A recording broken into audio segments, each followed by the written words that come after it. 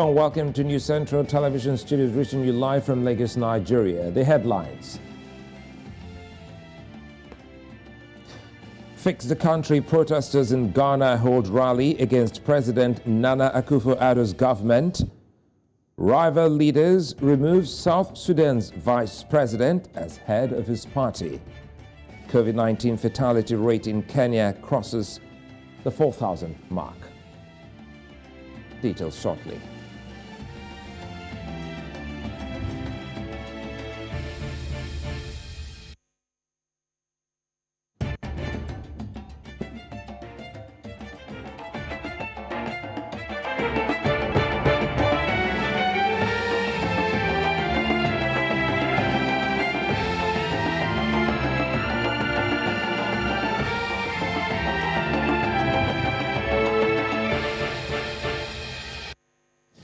For our viewers across Africa and the rest of the world, this is Continental Prime. I'm Sulaiman Alede.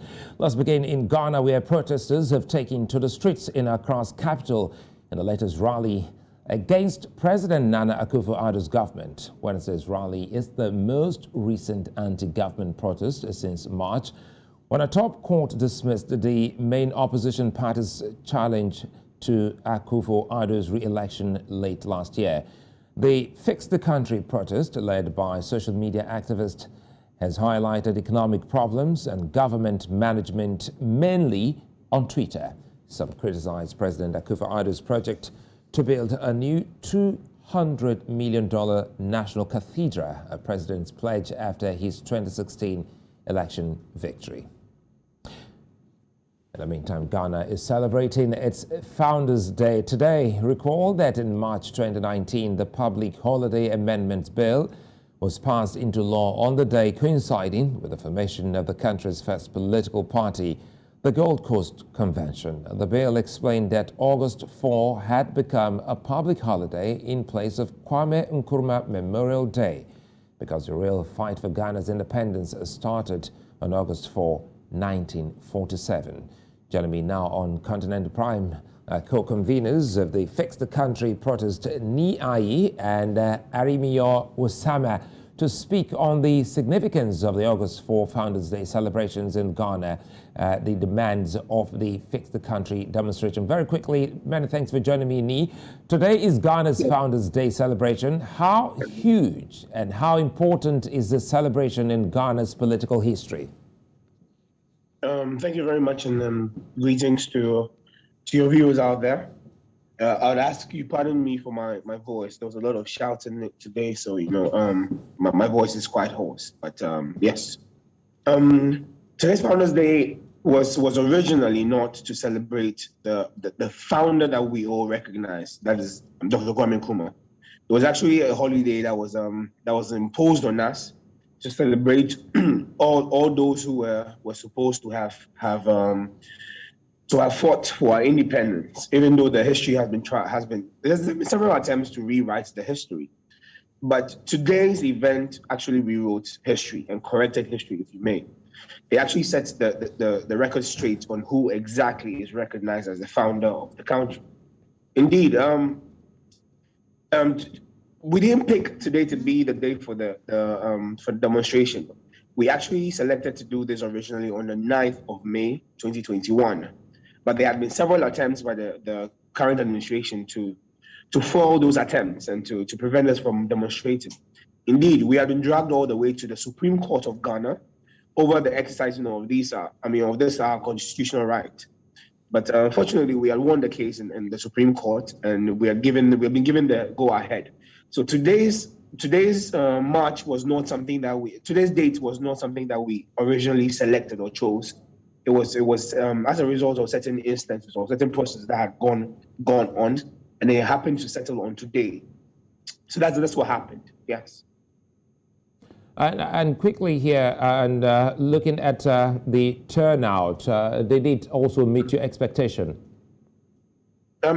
It actually exceeded expectation. Indeed, we're looking at just having no more than 500 people. But it happened, we received more than 3,000. And I'm being conservative with the numbers here, but I'm sure it was well over 3,000 people. There were thousands and thousands and thousands of people. So yes, it far exceeded our expectations. Like I said, we're looking at having just about 500 people, but yes, it was a good turnout. It was a good turnout. And don't you think that some people in Ghana are already thinking that this is more or less like rubbishes the memory of Kwame Nkrumah, since you've chosen this day to come out on the street? Not exactly. Like I said before, the original intention of the Founders Day was not. It was actually founders in the plural sense. So it was trying to include other people who we do not recognize as being the original founders of the day. So today was actually to set the record straight, to actually promote or to celebrate who indeed was the founder of Ghana. And many of the issues we raised today were things that Nkrumah addressed directly in his governance. He addressed many of the problems we have. Indeed, there's one time Now, when we Need, had, quickly take us through the demands again. Some of those raised today. that's one of the challenges that we've had. We've been asked to reduce our demands to certain key items or certain itemized demands, but that is not possible. I'll give you a clear instance.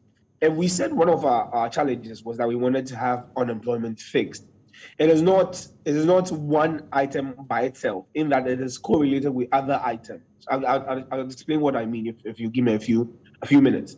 If we say fix unemployment, you cannot fix unemployment without tackling your energy generation capacity in the country. You cannot fix unemployment without tackling the education system, because you have to look at the skills set to be given to your labor force. So you're tackling education. You have to look at there's so many factors that go into certain demands that we make. So we're saying it's quite defeating of the purpose if we are able to label or list just a few items. These are the very things we need to be fixed. No, it cuts across many sectors and many categories, and most of them are interrelated. So we are saying fix the country. We want to have a proper diagnosis done of the national economy and all aspects of our social life, and all of these things addressed simultaneously. And that's Okay, what we can have. let me quickly go to Osama. And Osama, again, thanks for joining us. How cooperative was the police, earlier today, if they were present at all, knowing that your protest had faced many setbacks with the Ghanaian police previously? Did they provide any help for a peaceful demonstration?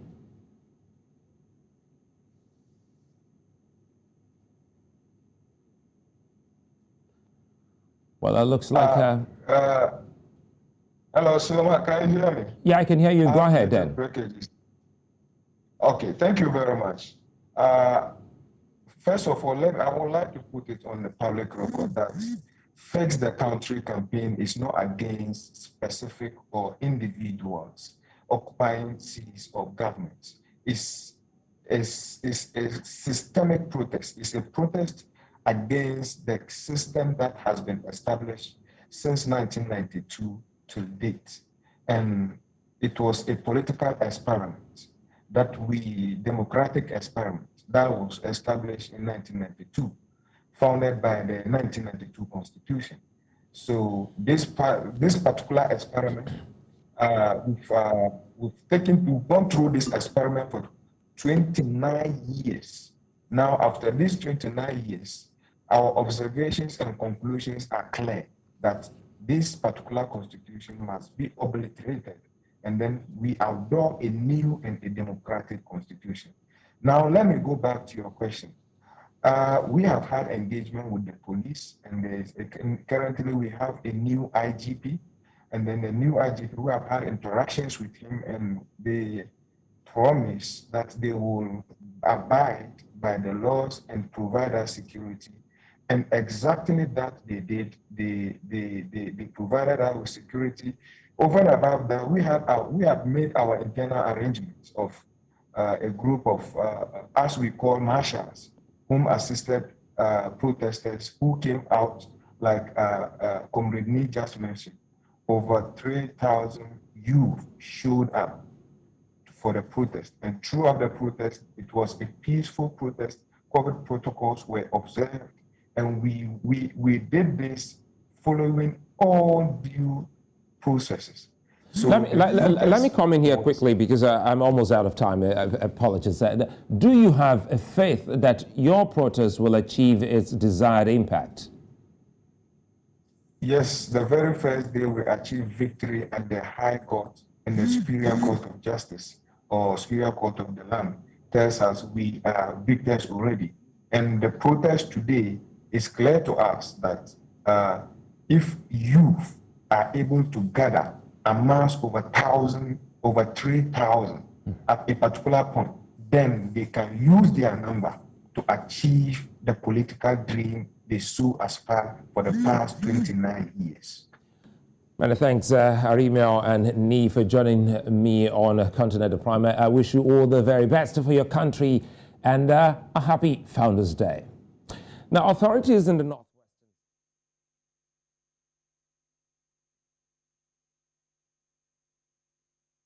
in the Kaura local government area of the state. The Commissioner for Internal Security and Home Affairs, Samuel Aruan, said on Wednesday that details received by the state government on Tuesday say 3 people were also injured. At the same time, 68 farms were destroyed and 63 huts were burnt. Aruan said the State Emergency Management Agency had been directed to conduct an urgent assessment of the damage to the affected communities. Now, state in Kaduna reports say kidnappers are demanding 1 million naira ransom for each of the more than 80 children taken from a boarding school in the northwestern state last month. A local cleric familiar with the matter, Reverend Ita Joseph, gave the update following the attack on the Bethel Baptist High School in Kaduna. He noted that so far 56 children have been released in 2 batches of 28 each. Hayab said 3 students escaped before the 28 were released last month. Still, they were kidnapped again by an unidentified person in the forest who demanded a ransom and was paid over 1 million naira by their parents. Now, some fallen soldiers' wives have completed a training and skills acquisition session in the capital of Nigeria, Abuja. The session, organized by the Defense and Police Officers' Wives Association in conjunction with the Defense Headquarters, is targeted towards women whose husbands were killed in the line of duty. The Chief of Defense Staff, General Lucky Irabor, asked beneficiaries to build on the skills that they have acquired and ensure that they can be used to sustain their families. The skills that they've acquired over this past 6 months is a very special skill, and I will advise them to take it very seriously and to build upon those skills. More so that some starter packs have been provided for them, and I think that they should also put it to good use, such that it can sustain their immediate families and, of course, be able to also add value to employment generation for the larger society. Nigeria is faced with the problem of insecurity in the northeast and other flashpoints.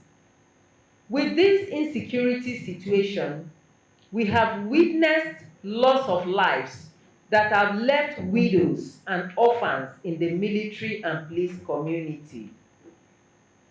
The POA, together with her member associations, have therefore embarked on skills acquisition for these widows and vulnerable youths. COVID-19 pandemic is a defining moment in our lives and has taught us that an additional skill is important to cope with the changing time. I want to urge the leadership of the POA to also consider raising the bar to recognize the changing needs of women and young girls from the traditional vocational programs to the male-dominated sphere, such as generator set repair, air conditioning set repairs, plumbing, tiling, masonry. The ministry will continue to work assiduously with non-governmental organizations, such as yours, to empower women and children to achieve economic prosperity.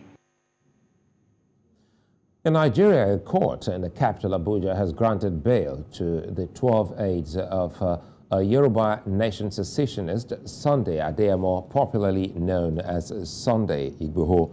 Justice Obiora Egwatu of the Federal High Court held that detaining them without charging them contravenes the provisions of the Administration of Criminal Justice Act and their fundamental rights. 8 of the applicants were granted bail for 5 million naira each with surety in the like sum resident in Abuja. Bail for the other 4 was set at 10 million naira each with 2 sureties in like sum, also resident in Abuja. The 12 applicants are, however, to remain in the DSS custody until they are able to perfect the conditions for their bail. In the meantime, another court in the southwestern state of Oyo has granted an ex parte motion preventing Yoruba Nation agitator Sunday Adeyemo, popularly known as Sunday Igboho. Justice Akintola of the High Court in Ibadan restrained the Department of State Services and Attorney General of the Federation, Abubakar Malami, from intimidating, harassing, and blocking the bank accounts of Mr. Igboho. Igboho's lawyer spoke to journalists after the ruling. He said the judge also ordered that his client must not be killed in the next 14 days.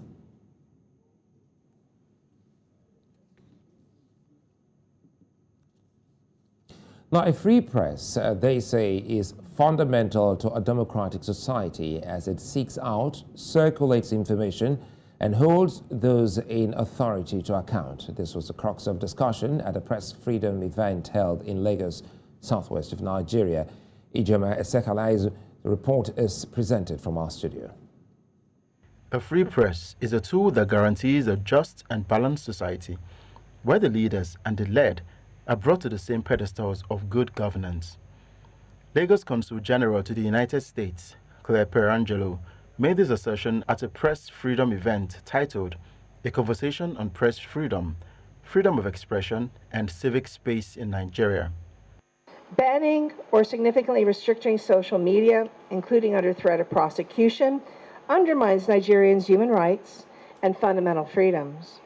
We are encouraged by the meetings between Twitter and Government Technical Committee last week aimed at resolving suspension, and we wish the best in this negotiation that the government and Twitter can come to an agreement that preserves the rights of Nigerian citizens to their freedom of expression.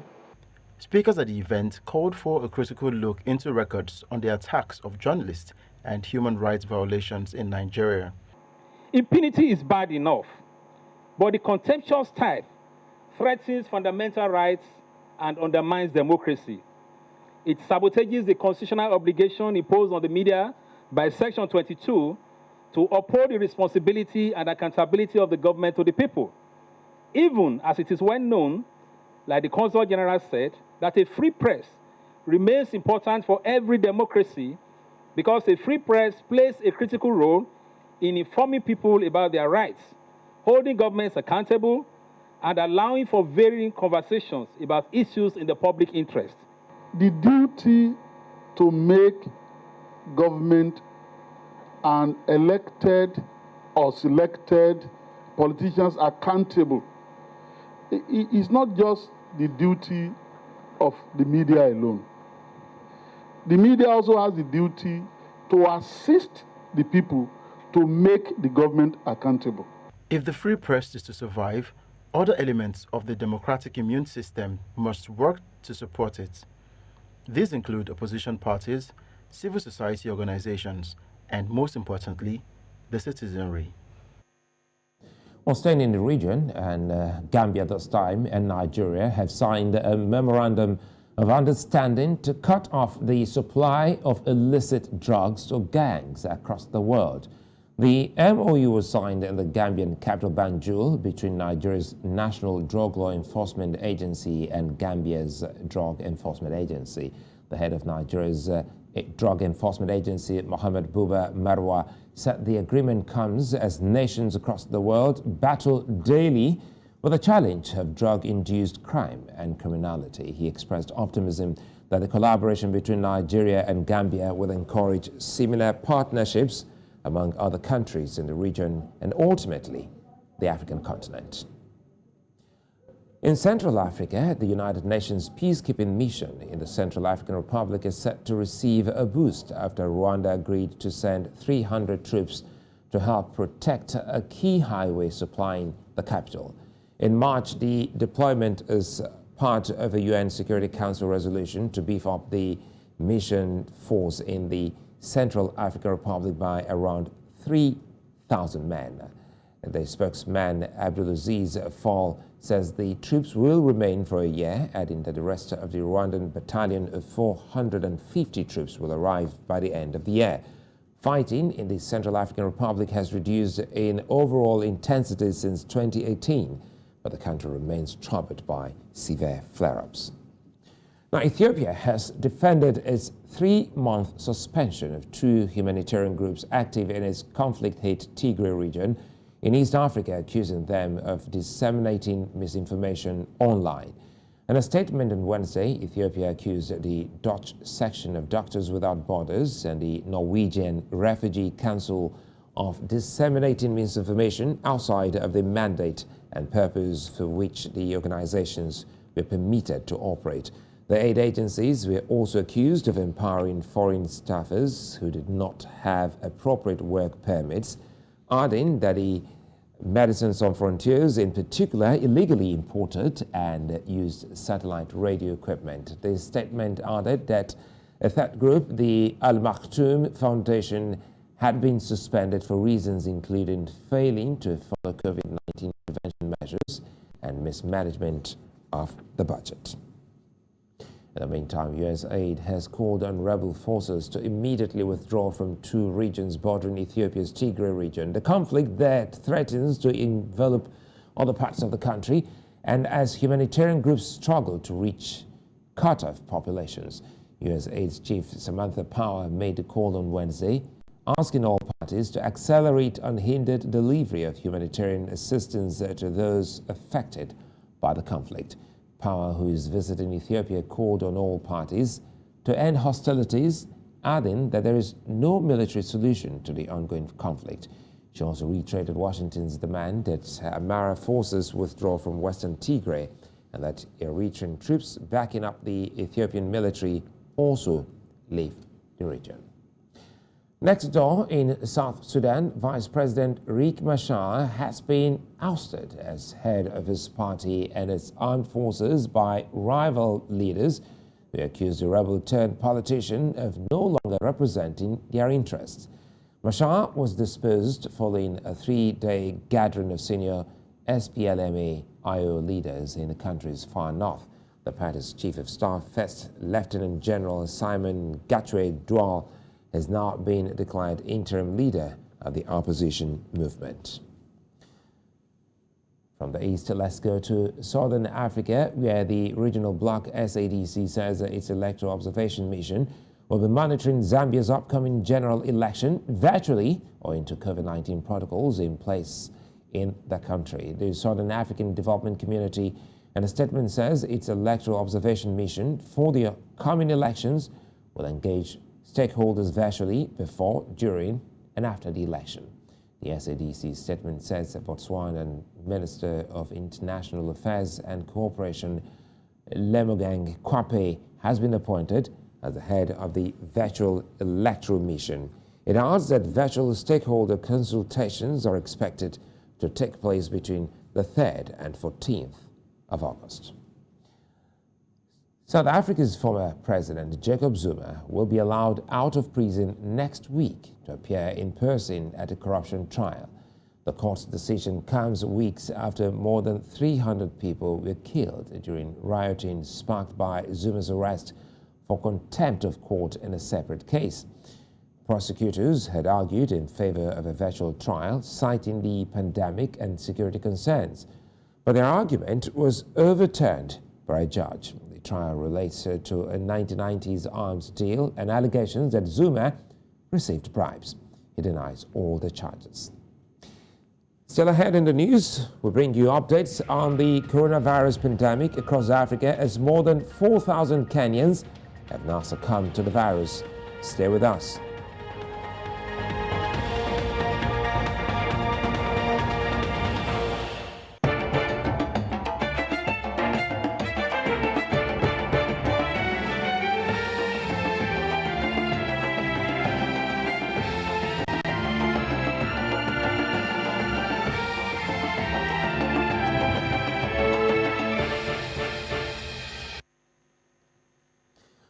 Welcome back. You're watching Continental Prime, reaching you live from Lagos, Nigeria. Now, violence against children has been an issue of utmost concern to African leaders. This has made them put forward frameworks and strategies to put an end to the heinous act. In this report, News Central's Omolola Ololade looks at the efforts of African leaders as well as their roles of curbing the menace on the continent. African children are exposed to various forms of physical and psychological violence, ranging from sexual abuse, exploitation, and child trafficking to neglect and child labor.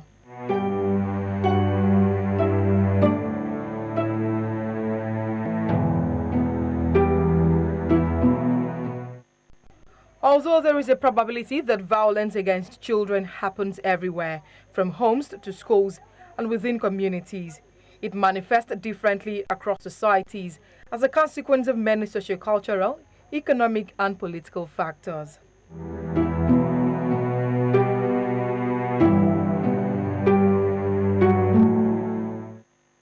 Today, African governments have begun investing more in social services, which are beneficial to children, as well as increasing steps to prevent and respond to violence against children. We have made great strides in coming up with frameworks and instruments for the protection of our children. We ratified the UNCRC and the African Charter some 3 decades ago. And so we have been in pursuit of their implementation through our laws, policies, and programming for some time. As a result of our steady domestication of these instruments to create a safe environment for children, we have registered several achievements.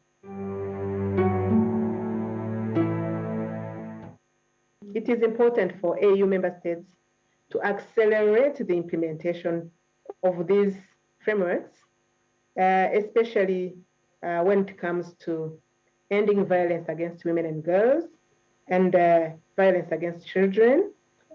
Stakeholders and custodians of children emphasize the role that African culture plays in preferring practical solutions to this menace. Allow me to emphasize, during this year of African art and heritage, themed by the African Union, the role that our culture plays in shaping acceptable solutions. And I quote from a proverb that holds true in many of our communities, that it takes a village to raise a child. This proverb places the responsibility of protecting our children on each and every one of us. This is how Africa will contribute its own solutions to global challenges. There is a rich African culture and heritage that not only distinguishes us as Africans, but which the rest of the world can and should borrow. It is only through nurturing a culture of rights and dialogue that the continent will be able to achieve a society that is humane and free from violence. Omolola Ololade, reporting for News Central.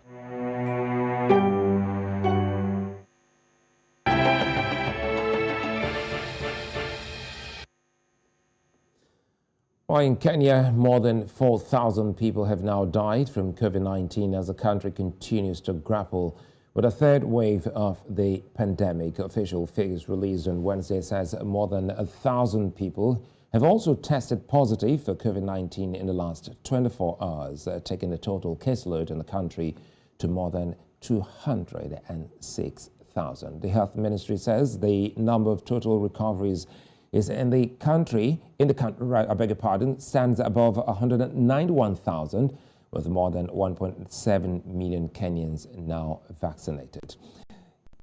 In South Sudan, health officials have warned of surging COVID-19 infections at the community level and asked people to comply with containment measures like wearing a face mask and social distancing. The officials who spoke to journalists on Wednesday say the bulk of new cases have been in the capital, Juba.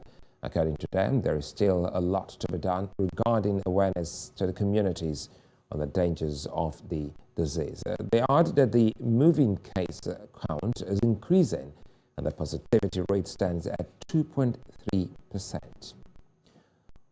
As different variants of the coronavirus continue to spread, more and more countries are pushing further with vaccination. Nigeria recently joined the list of countries to receive a fresh batch of vaccines, and this time the donation is from the United States. News Central's Gabrielle Egu tells us more. The U.S. Embassy in Nigeria announced the donation of Moderna vaccine doses to Nigeria. On Sunday, August 1st, 2021, UNICEF officials received the vaccines at the Nnamdi Azikiwe International Airport in Abuja. The 4,080,000 vaccines were donated as part of President Joe Biden's plans towards ending the global pandemic. It is the second batch of vaccines to arrive Nigeria after 4 million doses of AstraZeneca vaccines arrived in March under the COVAX vaccine sharing facility.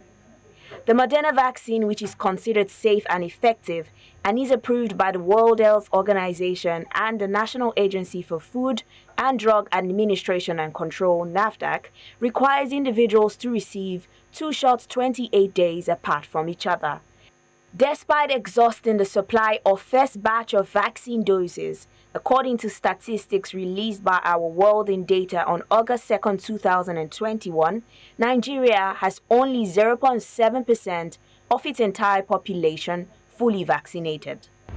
No, I've not taken it and I don't want to take it. My reasons are, I'm not sure of the authenticity of the COVID-19 because of the rumors and experience of those that have taken it. I've not taken vaccine before and I'm not planning to take any because about the complaint of vaccine, people that take it before, they are complaining so many things are happening. Sure, I will. But if it is from USA, like the new one that they are producing now, the Moderna, not the one from China, because I heard that the coronavirus came from China, so. I have taken the first jab and the second jab. I don't have any problem with it. As Nigeria crosses into the third wave of the pandemic, with a surge of Delta variant cases found in 5 states, causing an average of 6 deaths per day in Lagos only, observing COVID protocols and receiving vaccination is even more important. The one who found out that even these vaccines prevent manifestation of severe form of COVID-19 infection. If we don't have the severe form, there won't be need for hospitalization, there won't be need for lockdown, there won't be need for unnecessary fear about death. Delivering vaccines and medical support to help countries all over the world overcome the pandemic will cause more lives to be saved, fortify health security, and restore economies. Gabrielle Egu, reporting for News Central TV.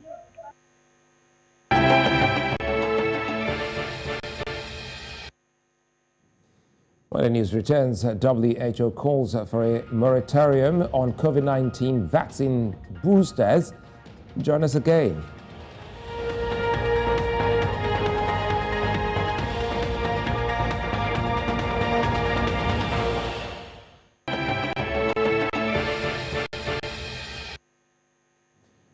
The World Health Organization is calling for a moratorium on COVID-19 vaccine boosters until at least the end of September. This is coming from the Director General, Tedros Adhanom Ghebreyesus, on Wednesday, who says the move is to enable at least 10% of every country's population to be vaccinated. The WHO says high-income countries administered about 50 doses for every 100 people in May, and that number had since doubled. Due to lack of supply, low-income countries have only administered 1.5 doses for every 100 persons. We cannot and we should not accept countries that have already used most of the global supply of vaccines, using even more of it, while the world's most vulnerable people remain unprotected. We need everyone's cooperation, especially the handful of countries and companies that control the global supply of vaccines. Protests are continuing for the 4th day in the Indian capital of Delhi following the alleged gang rape, murder, and forced funeral of a 9-year-old girl. The victim's parents had accused a Hindu priest and 3 others of attacking her when she had gone to fetch drinking water from the crematorium's cooler. Her mother said the gates were shut and she was threatened when she objected to her daughter's funeral. The girl was their only child. Police have registered a case of gang rape and murder and arrested the men. Now, Nigeria's Federal Executive Council has approved contracts to rehabilitate 2 refineries at the cost of $1.4 billion. A breakdown shows that $897 million for the Warri refinery in the southern state of Delta. In comparison, $586 million will be spent to rehabilitate the Kaduna refinery in the northwest. The rehabilitation is expected to turn around the refineries and set them up to meet national oil demands. Nigeria has 4 refineries, including 2 in Port Harcourt, but all have struggled to function optimally as the country imports petroleum products. Lekon Obanjo has the rest of our business news.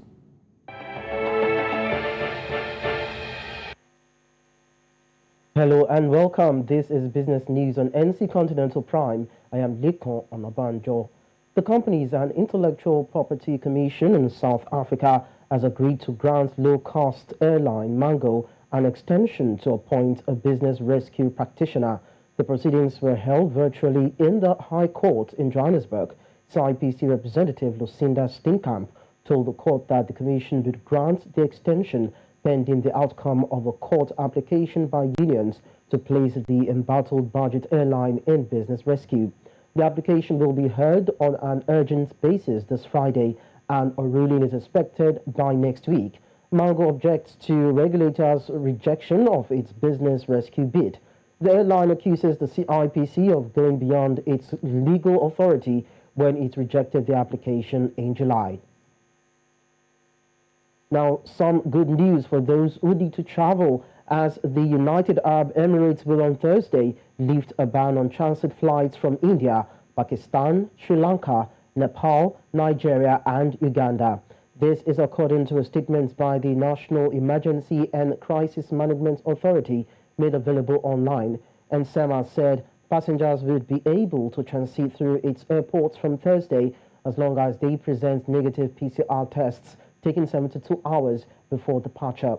These categories include those with valid residency permits who have received full vaccination doses in the UAE and 14 days have been passed since receiving the second dose and who have vaccination certificates approved by the official authorities in the country. Let's now tell you that the Central Bank of Nigeria last week reassured of the safety, resilience and financial soundness of deposit money banks and other financial institutions in the country, advising the banking public to disregard any untoward report. Apex Bank, through the Acting Director of Corporate Communications Department, CBN, Osita Nwasinobi, made this clarification in response to what it tagged false allegations circulating on social media about Nigerian banks gradually becoming distressed and below the safety threshold. Weighing in on the matter, Sheon Dania, CEO and founder, TradeFather, says what is expedient is for the Central Bank of Nigeria and money deposit banks to build trust with the public, provide customer-centric services, and maintain a healthy banking system. For the central bank, people no longer trust whatever it is that they hear, so they pretty much go with what the rumors are. When the government is trying to stifle the media from telling the people the truth about kidnappings, about terrorism going on in the country, it becomes, so the government needs to work on establishing trust amongst the people. People will panic. The banks themselves also need to prove beyond reasonable doubt that they are financially stable. Egypt is exposed to potential liquidity and external financing shocks, according to global ratings agency Moody's, which adds in its latest report on the second largest African country by gross domestic product size. Recall that Egypt displaced South Africa to become second largest, now following behind Nigeria. In its report, Moody's affirms Egypt's B2 rating maintains a stable outlook. It explained that the country's stable outlook balances the credit profile's significant shock exposure with the demonstrated resilience to past shocks. Shelter Afrique has received an additional capital contribution amounting to $3.5 million from the government of Cameroon, raising the country's shareholding from 3.61% to 5.24%.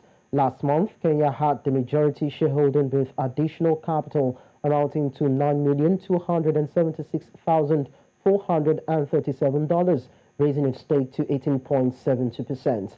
This new investment makes Cameroon the eighth country to inject fresh capital into the Pan-African housing financier this year.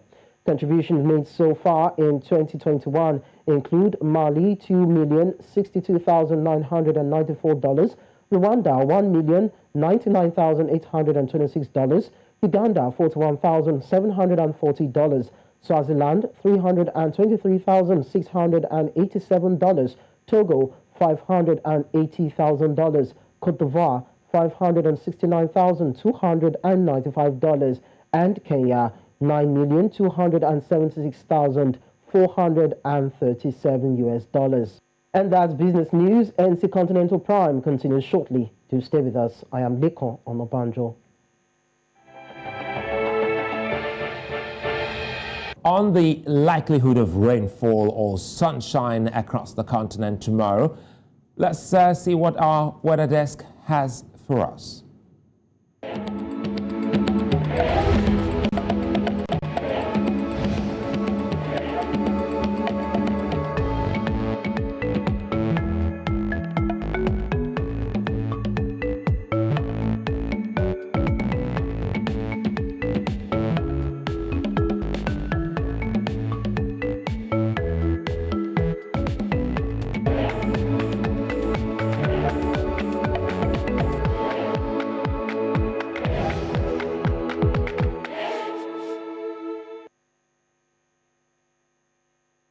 And as all others are, but before we go, let's take another look at the top stories once more.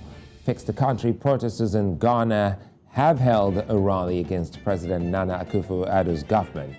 South Sudan's Vice President Riek Machar has been ousted as the head of his party by rival leaders. Finally, we told you that 4,000 Kenyans have now died from COVID-19.